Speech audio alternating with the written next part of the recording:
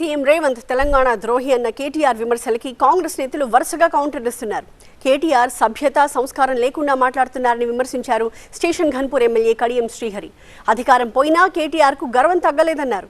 కేటీఆర్కు నాయకత్వ లక్షణాలు లేకపోవడంతోనే బీఆర్ఎస్ని సొంత చెల్లి వీడిందని చెప్పారు. ఇప్పటికైనా కేటీఆర్ భాష మార్చుకోవాలని సూచించారు కడియం శ్రీహరి.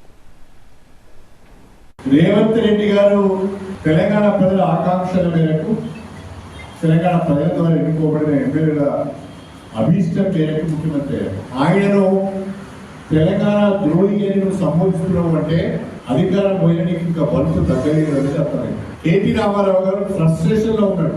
ప్రజల నుండి ఆమోదం రావడం లేదు, పార్టీలో కూడా ఆమోదం దొరకడం లేదు. నువ్వు ఒక విషయంలో సిగ్గుపడాలి.